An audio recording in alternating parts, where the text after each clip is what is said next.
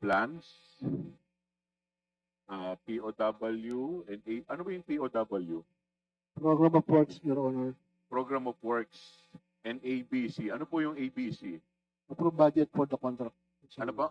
Approved budget for the contract. Approved Budget. approved budget of the contract, as well as procure and implement project costing 100 million pesos.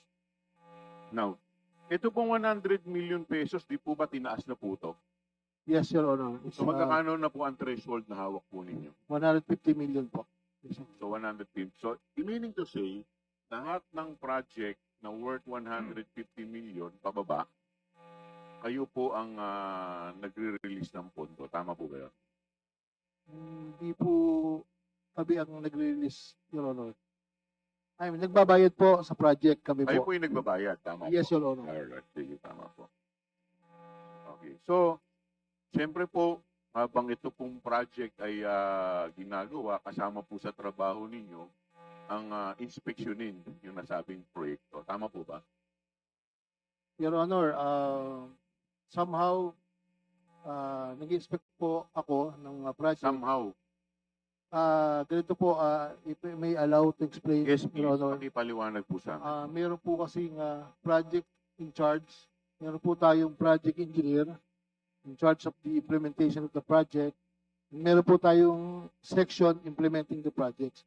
They are the sections implementing all the projects, Your Honor. Pero lahat ng project dapat tinitingnan mo rin kahit paano. Tama Yes, po ba? Your Honor. Okay, thank you.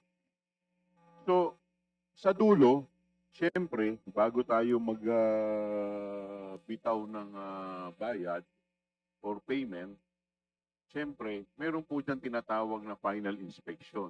Tama po ba? Yes, Your Honor. Okay. So, ginagawa mo rin po ba itong final inspection bago ka magbayad? There is a team that's assigned to be the inspectorate team. They are the one who will inspect the project po, composed of the different section chiefs, and as head of the inspectorate team is the assistant district engineer, Your Honor. Okay. Engineer, may pakikita po ko sa inyo, Department Order Number 99. Ito po. Dito po nakalagay po dito, the certificate of completion shall be issued by the District of Engineer in the case of project implemented by the district office. So, sino po nag-i-issue ng certificate of completion? Kayo po? Yes, Your Honor. Okay. So, bakit po kayo mag-i-issue ng certificate of completion kung hindi po ninyo in-inspection ito na Your ito Honor, pong project na to ay tapos na? Your Honor, it is the attachment of the certificate of completion is based on the certificate of final inspection conducted by the team. So, ang ibig po ninyo sabihin, nag-base lang kayo ng pag-i-issue nyo ng certificate of completion base sa attachment at hindi po base sa inspection na ginawa po ninyo. Yes, Your Honor, because I presume So, lahat po ganun na ginawa ninyo? Kahit na isa, wala po kayong tinignan? meron naman, Your Honor. Meron naman. Yes, Your Honor.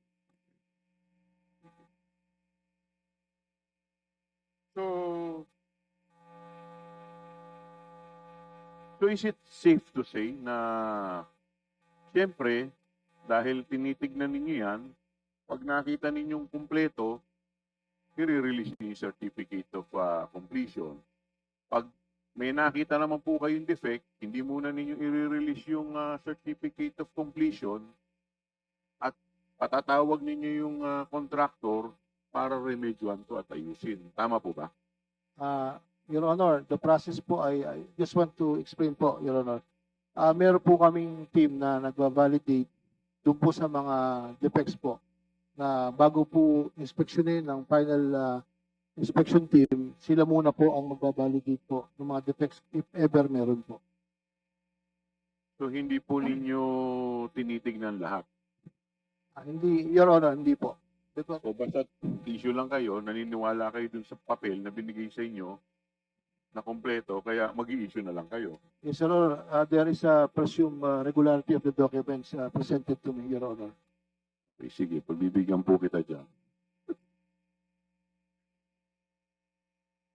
Mr. Chair, Alam po ninyo, yung sinasabi po kasi ni Engineer Alcantara ay hindi po masasabi natin na hindi po ito maliit na bagay. Um, Kasi po, napakabigat po ng kanyang responsibilidad. Once he certifies, magre-release na po ng payment, yung pera. So yun po yung nagiging basis, yung certificate po niya, yun po yung nagiging basis ng releasing po ng payment. Kaya, alam po ninyo, no less than the good president went to Bulacan personally to visit the project. At ang ating pong Pangulo mismo ang nagsabi na substandard daw po itong proyekto. Ito po yung release po ng Inquirer at sinasabi po perfect example of abuse. Ito po ba under po ng engineering district ninyo? Yes, Your Honor. Now,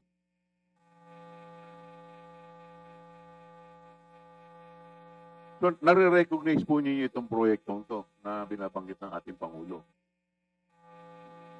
Hindi ko po masyadong matandaan, Your Honor. Hindi mo na masyadong matandaan. Okay. May papakita po ako sa inyong kontrata, Mr. Chair. Mr. Chair, next slide please.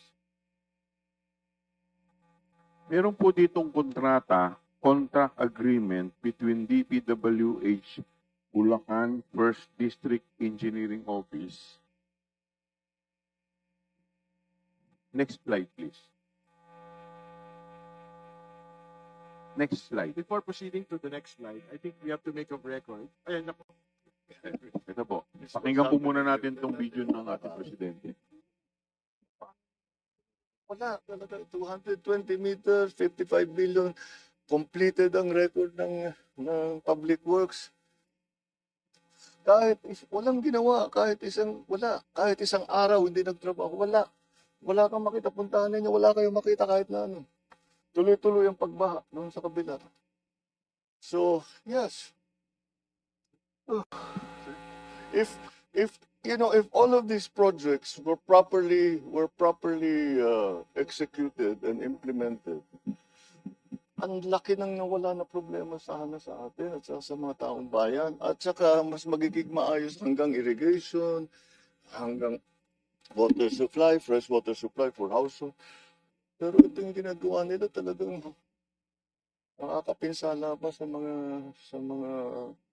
local residents. So yes, I'm not disappointed, I'm angry. Ano pong comment po ninyo dyan, Engineer? Mas tama naman po ang Pangulo. It's really disappointing. At ako rin po mismo, bilang district engineer, I was really surprised by the findings of the President because if I may explain to you, Kapatid po kayo, nagalit din.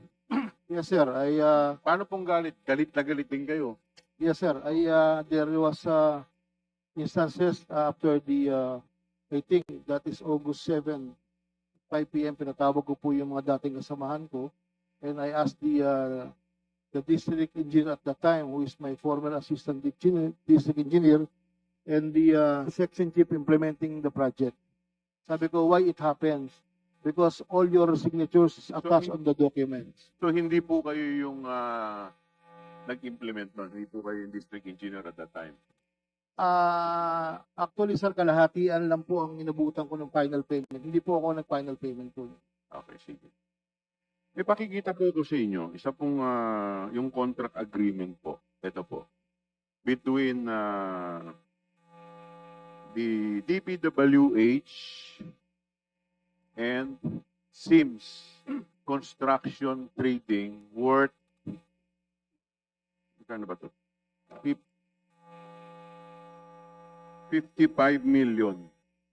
55 million 730. At yung po sa baba, meron po nakapirma dito in the name of Henry Alcantara. Sino po itong Henry Alcantara na nakapirma po dito? Opo, Your Honor. Okay. Pirma po ba ninyo ito? Would you confirm that this is your signature? I think yes, Your Honor. Okay. So, nung time na, ito yung pinakita po natin kanina, ito po ba yung project na, yung kung saan galit na galit si Presidente, at kayo rin mismo galit na galit, sabi ninyo. Yes, Your Honor. Okay, so ito po yung kontrata nun, tama po ba? Yes, Your Honor. Alright, thank you. Sabi po ninyo, hindi po ninyo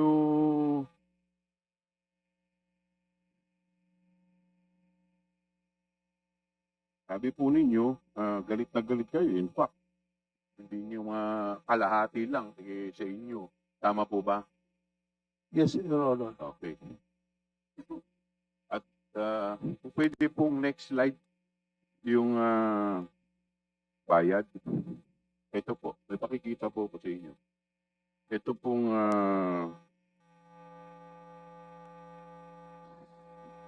ito po yung Sims Construction Trading. So, ito po yung OR kung saan nabayaran yung Sims Trading in the amount of magkano to? Initially, 50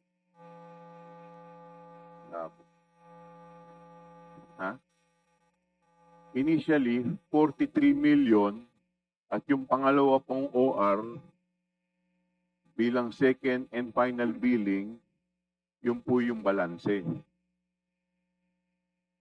So, ibig sabihin, nabayaran po sila. Tama po ba? Yes, Your Honor. I think. So, paano po nangyari yung ba't nabayaran po? Eh, wala naman pong kahit na isa. Ghost nga po eh. Just want to explain, sir, that there was a certification signed by the project engineer and the implementing section chief. Teka, sino po? Sino po? Certification. There is a documents that's the basis of the accomplishment in the public works, and that is statement of work accomplished, signed by the project engineer and the implementing section po. Pero hindi po ba dapat tinitingnan nyo muna?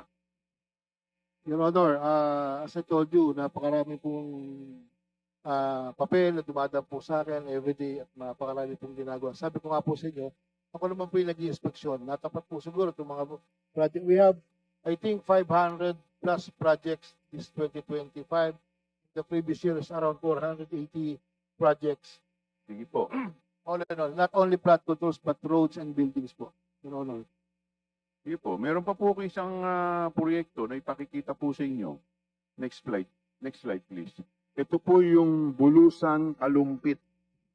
Na ang metro, hindi ginawa. Hindi linagay tapos nasira. Basta't wala na talagang linagay. Pero pag titignan nyo yung report namin, ay dapat completed na ito. Nakalagay ito na inspeksyon na, completed na, walang problema. Tapos, hindi lamang sa hindi yung mga wala, ito naging kasama na parang ghost project na itong mga, hindi lang ito may butas eh. Diba mo, meron pa. Butas-butas pala itong dike na ito. Dapat buo ito. Dahil sa report namin, completed ito. Bukod pa doon, may question sa kalidad ng ating flood protection. Dahil yung bakal na nandun sa loob, parang hindi na nakapaon sa lupa. Kaya dumadaan yung tubig sa ilalim naman. Dumadaan, pumapasok ang tubig. Tingnan naman ninyo. Kailan last time na ulan dito? Na malakas? Yung bagyo. Yung last time yung bagyo. Yung mga habagat po. Yung habagat dito. Habagat. Hanggang ngayon. Nakita naman ninyo pagpasok namin dito. Tayo lahat. Parang swamp na ito. Hindi na puro tubig lang na makita mo. Kaya dapat Yan po. Familiar po ba kayo dun sa project na yan? I think it's in Kalumpit, Your Honor. Kalumpit. Tama po kayo. It is worth 96.4 million river protection structure in Bulusan, Kalumpit, Bulacan. So, ito po yung contract agreement po. May pakikita po ko sa inyo yung contract agreement. Ayan po, yung contract agreement between the DPWH